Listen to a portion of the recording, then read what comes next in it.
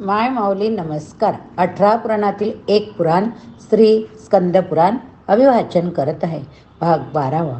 प्रथम श्री नारायणांना नमस्कार करून कथेला प्रारंभ करते. अध्याय 32. वैराग्य भक्ती निरूपण. भगवान श्री नारायण म्हणाले, हे मुनिश्रेष्ठ, मी आता वैराग्य लक्षणे आपणास सांगतो. ज्या क्षय होणाऱ्या वस्तू असतात त्यांच्यात रुची नसते, हे वैराग्याचे लक्षण. मायेपासून निर्माण झालेल्या जेवढ्या म्हणून आकृती आहेत त्या सर्व कालशक्तीद्वारा विनाश केल्या जातात, कारण त्या काळाला अंश अशाच असतात. शब्दप्रमाणे, प्रत्यक्षपणे, अनुमानाने विवेकी लोकांनी असत्य स्वरूपी आकृती, त्याची असत्यता निश्चित केली गेली आहे. काल हा नित्य प्रलय, नैमित्तिक प्रलय, प्राकृतिक रूपी आत्यंतिक असा मानला आहे. देहधारीचे देह नित्य क्षीण होत जातात. क्रमाने शैशव, बाल्य, तारुण्य, वार्धक्य अशा 3 अवस्था असतात. दीपातील ज्योतीची गती ज्याप्रमाणे आपण पाहू शकत नाही, पण सूक्ष्मरूपी ती असते, तसेच आपल्या देहाचे होय. वृक्षामध्ये फळाची वृद्धी सतत होत असते, पण दिसत नाही, तसेच देहाचे सर्व अवस्थामध्ये दुःख असतेच. जाणून जागृत अशा अवस्थामध्ये वेळोवेळी दुःख होतेच. देहधाऱ्यांना आध्यात्मिक दुःख होते, आधिभौतिक दुःख, आधिदैविक दुःखही असते. अशा प्रकारे शरीरधारींना दुःखच दुःख सहन सतत होत असते. संसारिक माणसे विभिन्न व्याधींनी पीडित होऊन सदा दुःख प्रकट करताना दिसतात. प्रारब्धातील दुःख हे सतत अनुभवित असतात. त्यांच्या अंती मग ते मृत्यूचेही मोठे दुःख भोगतात. मृत्यू हा डळ आहे, तरी यमलोकीच्या यमयातनेनेही तो दुःखी होतो.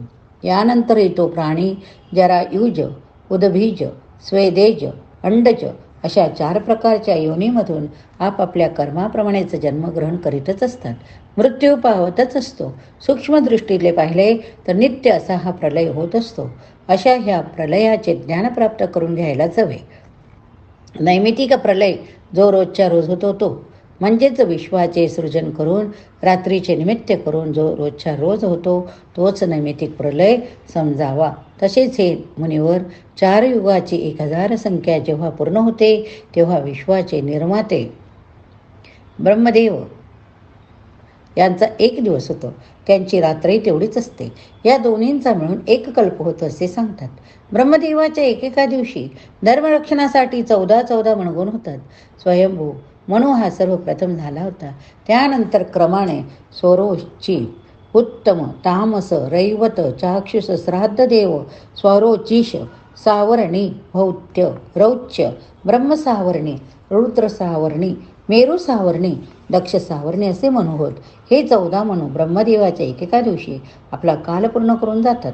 एकेका मनूचा उपयोग काल 4 युगाच्या 71 चौकटीने होतो. दिव्य 12,000 वर्षाचे 1 युग होते. 14 मनूच्या कालानंतर विश्वसृष्ट्याची सायं संध्या होते. दिवसाच्या अंतानंतर वैराज स्थितीच्या शक्तीचे आकर्षण करतात.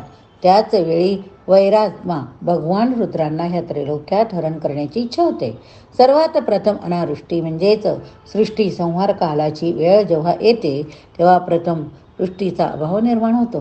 ती अनावृष्टी तितकी उग्र असते की ती 100 वर्ष सतत टिकते. त्यामुळे अत्यल्प सार जे या भूमंडळावर असते ते सर्व क्षीण होऊन जाते. यानंतर सूर्याची किरणे जी अति उग्र असतात ती लवकरच पाताळपर्यंतच्या सर्व रसांचे शोषण पृथ्वीत करून घेतात. सूर्यदेव इतके तीव्र उग्र होतात की ते समस्त नद्यांचे सारते जे जल तसेच समुद्रातील संपूर्ण जल शोषून घेतात. समस्त लोकांचा संक्षय करून टाकतात. नंतर ही भूमी इतकी सूक्ष्म स्नेहरहित होते की त्यामुळे सर्व स्थावर व जंगमाचा पूर्णपणे विनाश होतो. यानंतर पृथ्वी कासवाच्या पाठीप्रमाणे सूक्ष्म मैदानाप्रमाणे सपाट दिसू लागते. ते अत्यंत सूक्ष्म तसेच संकुचित होऊन जाते. त्यावेळी जंगलेच काय पण डोंगर, वृक्ष, नद्या यापैकी काहीच कोठे दिसत नाही. तेव्हा शेषाच्या मुखातून कालाग्नी रुद्र उत्पन्न होतो. तो सप्तपाताळातील प्राणी तसेच भू व स्वर्ग सर्वांना दग्ध करून टाकतो. दक्ष लोकांना निर्दग्ध करून ज्वालांच्या आवरणातून अतिभयानक असा तो कालाग्नी महालौकही उद्वासित करतो. चौदिशांना तोच एक भरून राहिलेला दिसतो. अधिकार गमावलेले देवगण स्वर्ग भू यांच्यात उत्पन्न झालेल्या वैनीच्या ज्वालाने बरेचसे दग्ध होऊन महलोकी जातात. सिद्ध दिशेला पोहोचलेले निवृत्ती धर्म पालक ऋषीगण हे ऋषीलोकी निघून जातात. यानंतर आकाशात अतिशय गंभीर भयानक असे मेघ निर्माण होतात. ते मेघ गणगर्जना करीत मोठ्या संख्येने निर्माण होतात. त्यांच्या इतस्ततः भ्रमणामुळे वीजही तितक्याच भयंकरपणे कडाडत असते. काही मेघ धूम्रवर्णीय असतात, तर काही पीतवर्णीय, काही कुमुंदाप्रमाणे, तर काही लाखेच्या रसाप्रमाणे लाल भडक, तर काही वाळूप्रमाणे असतात. हे मेघ परमवृष्टी करून त्या उग्र अशा अग्नीचे शमन करतात. तरी निरंतर गर्जना करून खूप मोठ्या धारांनी वर्षत राहतात. त्यामुळे ब्रह्मांडांच्या अंतराळाला ध्रुव स्थानापर्यंत पूर्वावस्था निर्माण करतात. अर्थात त्यावेळी सर्व काही जलमय होऊन जाते. त्या एका रणव जलामध्ये वैराज पुरुष क्षुधात्मक होऊन शेषशय्येवर शयन करतात. त्यावेळी देव देवगण ऋषीगुंड राजस सात्विक तमाने युक्त होऊन विरीची बरोबर त्या परमेश्वरात विलीन होतात. तेही दीर्घ निद्रेत या शयनात मग्न होतात.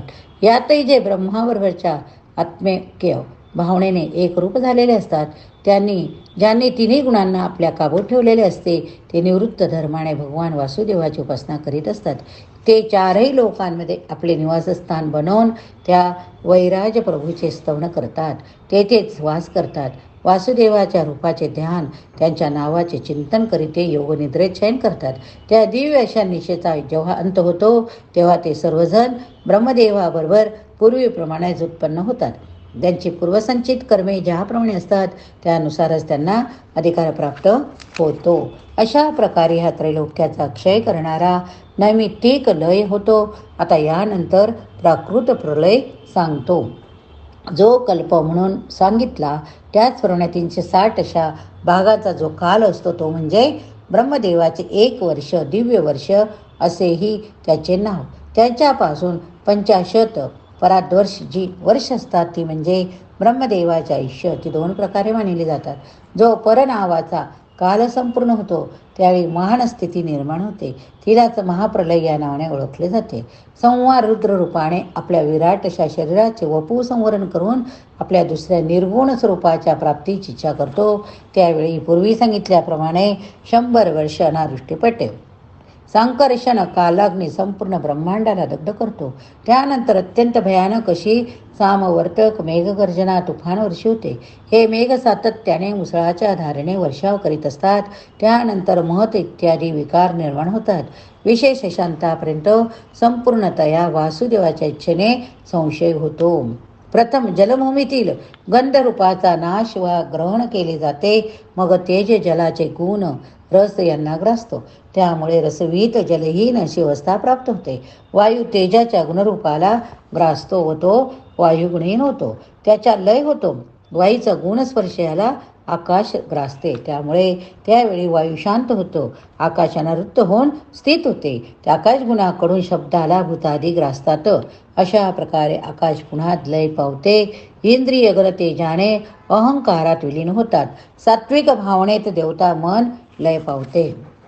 अशा प्रकारे जे जे ज्याच्या पासून उत्पन्न झाले ते ते त्यातच लीन होते. 3 प्रकारचा अहंकार महत तत्वात प्रलीन होतो व ते महत तत्व प्रधानात प्रधान मूल प्रकृती रूपवा पुरुषात लीन होते. अशा प्राकृतिक प्रलय सांगितला जातो. यात हरी इच्छेने अव्यक्तात जीवेश तिरोभूत होतात. ज्यावेळी माया पुरुष दोघे काल अक्षर तेजात त्यांच्या इच्छेने तिरोभूत होतात, तेव्हा फक्त एका प्रभूचेच काय ते अस्तित्व राहते. हे नारदा, ह्या प्रलयाला आत्यंतिक प्रलय म्हणजेच महाप्रलय म्हटले आहे. प्रभूशिवाय कोठेही काही शेष राहत नाही. असे हे प्रभूच्या कालशक्तीद्वारा होणारे 4 लय आहे. म्हणून सृष्टीला असत्य समजून तिच्याबद्दल अरुची निर्माण होणे म्हणजे वैराग्य होय. म्हणून 9 प्रकारची भक्ती सांगितली. जी ज्याला करिता येईल ती त्याने करावी. अनन्य भक्ती करणारा भक्त म्हणविला जातो. हे मुनिवर प्रमुख, तीन धर्माने युक्त अशी जी भक्ती तीच भागवत धर्म म्हणून सांगितली गेली आहे, ती प्रभू सानिध्याने व संत सानिध्याने प्राप्त होते. एकांत धर्मसिद्धीसाठी क्रियायोगात पारायण राहावे, याने निष्काम कर्माची सिद्धी प्राप्त होते. हे तत्व परमगुह्य असे आहे. अध्याय 33 क्रिया योगाधिकार वर्णन. 30 स्कंद म्हणाले. श्री स्कंद म्हणाले, नारदाने नारायणाला विचारले, हे स्वामी, आपण जो क्रियायोग म्हणालात तो आपल्याला संबंध तसा कोणता आहे? श्री नारायण म्हणाले, वासुदेवाचा जो पूजन विधी त्यालाच क्रियायोग म्हणतात. वेदात या अर्चनाने विधान या रीत भक्ताच्या रुचीप्रमाणे विविध प्रकाराने सांगितले गेले आहे. मी ती संक्षिप्ताने सांगतो. यावेळी भक्तीचे विशेष वर्धन होते. चारही वर्णाचे पुरुष चारही आश्रमाचे पालन करतात. स्त्रियाही ते पालन करण्याचे अधिकारी असतात, मात्र त्यांनी वैष्णवी दीक्षा घ्यायला हवी. वेदतंत्र म्हणजेच पुराणे यामधून सांगितलेल्या मंत्राप्रमाणे या मूलमंत्राची दीक्षा घेऊन द्विज ह्या स्त्रियांनी पूजन करावे. श्रीकृष्णाचा मूलमंत्र 6 अक्षरे आहे. गुरुकडून दीक्षा घ्यावी. गुरु हा एकांतिक धर्माचा असावा. दयाळू, ज्ञानभक्ती यांनी तो संपन्न असावा. श्रीरत्न असावा. अशा सद्गुरूकडून दीक्षा घेतल्यानंतर तुळशी माळा धारण करावी. गोपीचंदनाने ललाट आदी 12 अंगावर ऊर्ध्व तिलक धारण करावा व गुरुने सांगितलेल्या रीतीप्रमाणे पूजा करावी. याने अभीष्ट प्राप्त होते. आता पुढचा भाग ब्रह्मखंड आपण बघूया. या ठिकाणी हा अध्याय संपला. पुढील भागात पुढील कथा बघूया. हर हर महादेव शंभो. हर हर महादेव शंभो.